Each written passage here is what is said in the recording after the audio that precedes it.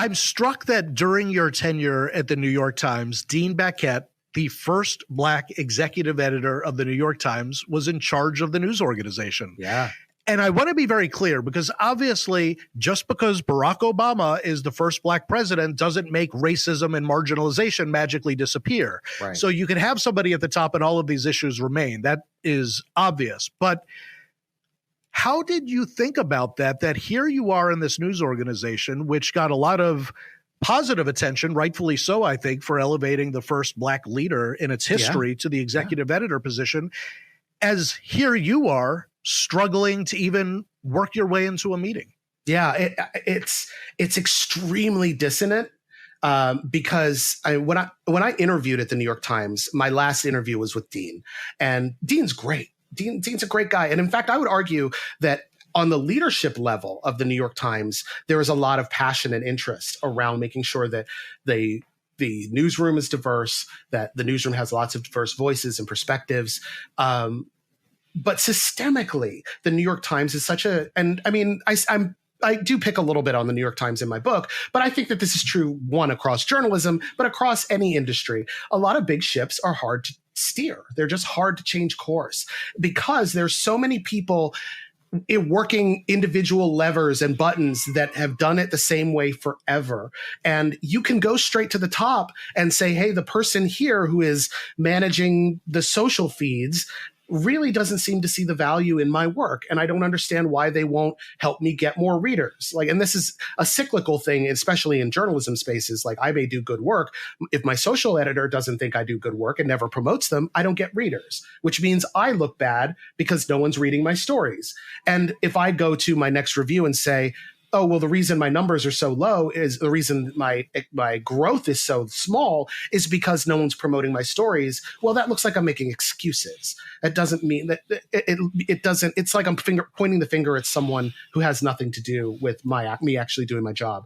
So, like, if I go up to Dean, and Dean had an open door policy, and I would talk to him often, not often, but regularly, and say, hey, I'm experiencing these issues. He would sit and brainstorm with me on potential solutions that I could take back into the trenches, but he's in no position to really dive right in because the stakes are high for him too. Right. And like, if he suddenly has a role to play in a middle manager's debate or two senior editors that are 3 or 4 levels removed from his position, people are going to be like, why are you taking such an interest in this? And those other people who may think that that's inappropriate will now have ammunition against him. Right. So it requires finding people who are willing to help you without directly helping you. And I found that really, really important, not just at the Times, but in every position I've had. A while back on the podcast, I spoke to a journalist named Tiffany Cross. Tiffany is has a show on Saturday mornings on MSNBC. She's a former CNN colleague of mine in that weekend unit who worked for the same insufferable executive producer as I did. And I think I can speak safely to say we shared similar views and one of the stories she shared was, as a young journalist, I believe this was her days in Atlanta, she had so little money to even take a taxi to work before the public transit system started working, and she had to work early hours, that she would sleep overnight in the edit bay. And what I'm wondering is, for you, because you've spent much of your career writing about productivity. Yeah. And I wonder how much that balancing those 3 jobs you've described has cut into the productivity you otherwise would have had if you could just focus on your damn job. I think about that all the time. And it's unfortunate. It really is. I mean, because honestly, all I want to do, and I used to say this when I was at Lifehacker, I said it at the New York Times, I'll say it now, I get up in the morning because I like to do journalism that helps people.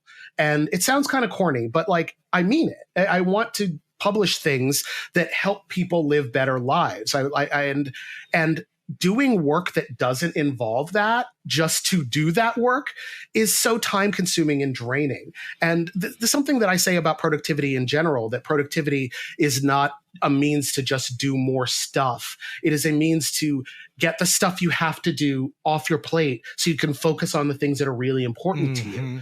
And regardless of what those important things are. And this is all time that people of color and other marginalized people spend doing additional work just to bring their whole selves and to the job and do their best work every day, work that their peers don't necessarily have to do.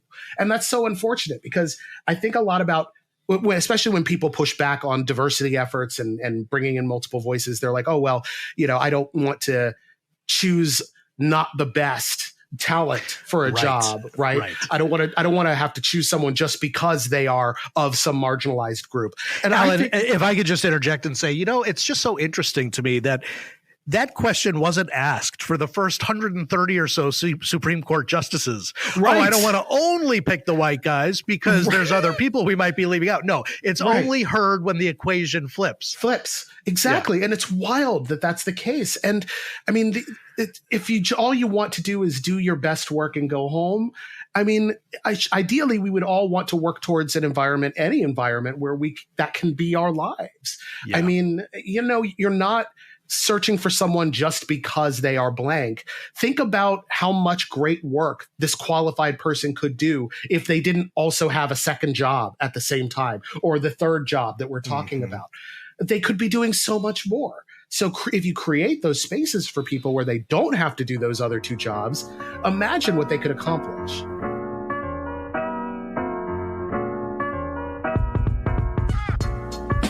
Thanks for watching this video clip of the Speak Good podcast. If you enjoyed this conversation, please check out our full conversations on your favorite podcast directory. We've spoken with everyone from the Secretary of the Smithsonian Institution about what it was like to be the founding director of the National Museum of African American History and Culture, to a member of Congress who describes his day job as being in the wrestling ring, to an expert storyteller who helps us understand how we can use stories to help us achieve our business goals. Thanks for watching.